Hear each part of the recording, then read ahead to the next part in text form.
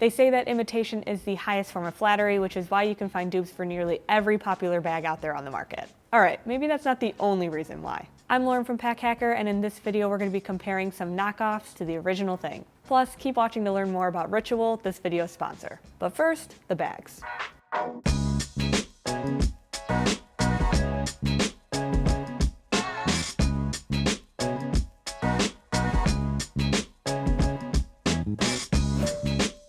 We dig the durability and structure of the Fjallraven Vs laptop backpack. So it's no surprise that it's one of the most popular day packs around, which is probably why this one looks so familiar. Along with the boxy shape, the covered zippers and large handles of the KALIDI resemble the Kankens. The similarities even extend to the backstories. While the Kanken dropped in 1978 to prevent back problems among Swedish school children, KALIDI says it began in 2012 to address the same back problems among Canton school children. And both sport round red and cream logos. Coincidence? The similarities are only surface deep though. While the Kanken's material isn't waterproof, the fibers of its Vinyl F fabric swell when it gets damp, so it slows moisture from getting inside. The KALIDI is made with material that feels like a cheap nylon or polyester, and it has no clear weatherproofing. It also has unbranded zippers, though the metal pulls sport the Fancy Forest name, which looks an awful lot like the Fjallraven embossed on the Kanken's YKK zips. If you already have a travel backpack, both of these bags have two large handles on the top to carry it by hand to your destination, though the Kankens feel much sturdier. On the Fjallraven, the harness system includes well-padded shoulder straps that are easy to adjust but lack strap keepers. The straps on the KALIDI look and feel similar, yet it includes keepers for a dangle-free experience. And while the Kanken side pockets struggle to hold a refillable bottle, elastic on the KALIDI side pockets make it easier to hold a standard water bottle. Fjallraven has simple yet effective internal organization, including a separate laptop compartment. It has padding to protect your device, and the boxy main compartment is easy to pack with cubes and pouches. You'll need them to store smaller accessories because there's only one front pocket for gear like your phone, wallet, and keys. However, there is a foam seat pad to rest on a dirty or damp bench without worrying about your pants getting dirty. On the other hand, the KALIDI lacks a separate laptop compartment. Instead, it has a padded sleeve against the back of the main compartment. There are also 4 slip pockets for small gear. 2 against the sleeve and 2 on the front panel, plus a small zipper pocket that rests behind your laptop that fits a passport or a minimalist wallet. Of course, you can always stash your wallet, phone, and keys in that front pocket. Sound familiar? While the KALIDI is a decent budget option, we're not sure it will last as long as our trusty Fjallraven. The zippers don't seem as durable, and we found loose threads scattered throughout the bag. We prefer sticking with brands we trust. A broken zipper or a tear really throws me off my game. Traveling frequently has a tendency to disrupt my eating and sleeping schedule too. That's why I fill the gaps with Ritual's Essential for Women vitamin. It's easier to find balance with good habits built into my routine. Plus, I like the bottle's aesthetics, so they stay on my counter where I'll remember to take them. The science-backed, third-party tested multivitamins include 9 key ingredients and 2 daily capsules. It's everything that I would usually take separately in one package. It dissolves in the small intestine, which is an ideal place for your body to absorb the nutrients. The tabs have mint or lemon flavors, so they don't have an odd aftertaste. Ritual has options to support everyone's health, including one for men, a formula for teens, and more. Thanks to Ritual for sponsoring today's video. Save 30% on the first month of a new ritual of your own when you visit ritual.com/packhacker30 and use code packhacker30 or use the QR code on screen. Now, back to the bags. With plenty of pockets and a comfortable harness system, the Cotopaxi Alpa is great for one-bag travel. Plus, its durable materials will last through years of trips. Meanwhile, while it's missing the llama logo, the TANGCORLE backpack has a similar vibe. However, we think a capable harness system is a must with the 42-liter bag, and the Alpa comes out on top. It has load lifters, a removable and height-adjustable hip belt, and a breathable and padded back panel. Carry handles on each side of the bag make it easy to pull out of the overhead bin or a trunk, and the 1000D TPU-coated shell is pretty rugged, although it can get scuffed when scraped. The TANGCORLE is missing a hip belt and load lifters, and its back panel lacks the structure that makes the Alpa feel secure on your back. Though it does have a luggage pass-through in case you want to slide a 45-liter pack on the handle of a rolling suitcase. Not really sure why you would do that, but hey, it's an option. While the Alpa is available in separate 35 and 42-liter versions, the TANGCORLE is one backpack expanding from 30 to 45 liters with a compression zipper. Several SPS zippers with corded plastic zipper pulls encircle the bag,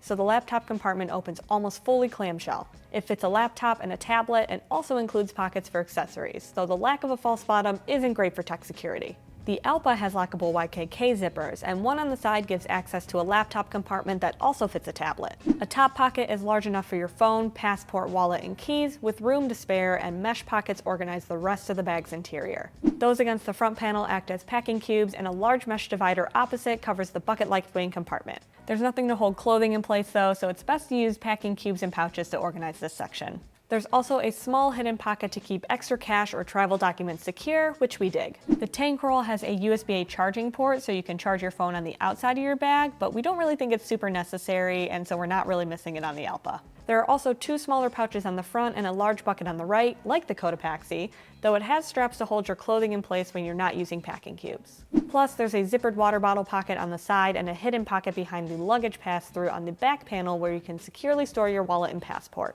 While we dig those added features, the build quality and carry comfort of the Alpa far outweigh the TANGCORLE.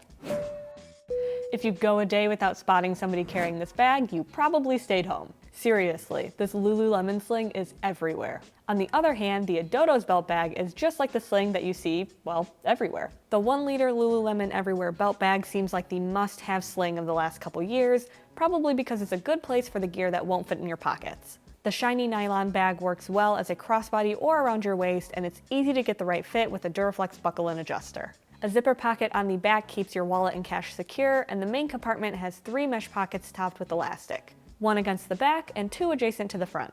That is a fair amount of organization for a 1-liter pack, although it can get a little bit tricky to find your gear in the all-black interior. Of course, if that's an issue for you, it comes in several other colorways with the lining matching the exterior color, so opt for something lighter. The ODODOS has nearly the same design and features, from the placement of the pockets to the strap.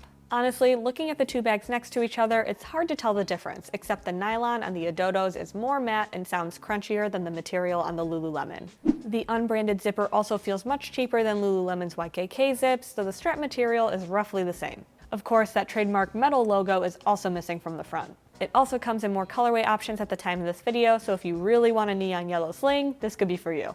Unlike the other bags we've covered so far, you only save about half the price if you go with the dupe compared to the Lululemon, so we think it's worth upgrading for the quality alone. If you don't care about brand names, you certainly have options, because it's not the only knockoff out there. If you're in the market for a tactical bag, you might have seen this one. The 511 Tactical Rush 12 2.0 is a rugged backpack that looks at home outdoors. The Samurai Tactical Wakizashi has a similar vibe. However, its polyester material isn't as durable. There's webbing on the front of the Rush 12 to connect MOLLE accessories and hook and loop fastener tape where you can attach patches, pouches, or other modular gear covering the front. The 1050D nylon material is durable and water resistant, and we found the water repellent did a decent job in our stress test, although it's not waterproof. Meanwhile, the Wakizashi didn't stay as dry when put to the test. To see how both bags performed against each other, check out the video linked in the description below.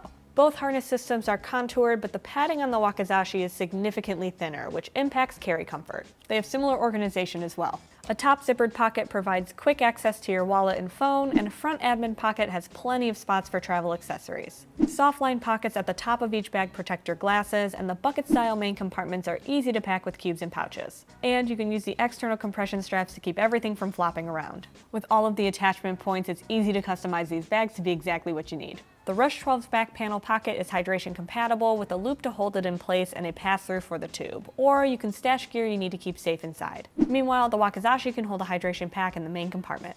It also includes a side water bottle pocket so you can rehydrate that way, and there are drain holes in the main compartment in case your hydration bladder springs a leak. However, it's lacking a laptop sleeve, which is included in the 511 Tactical Rush 12, so if you need to work on the go, you're going to want to spring for that one instead. So which do you prefer, the originals or the dupes? Let us know in the comments below. Thanks again to Ritual for sponsoring today's video. Be sure to visit ritual.com/packhacker30 and use code packhacker30, or use the QR code on screen to save 30% on your first month. Thanks for keeping it here at Pack Hacker, and we'll see you in the next one.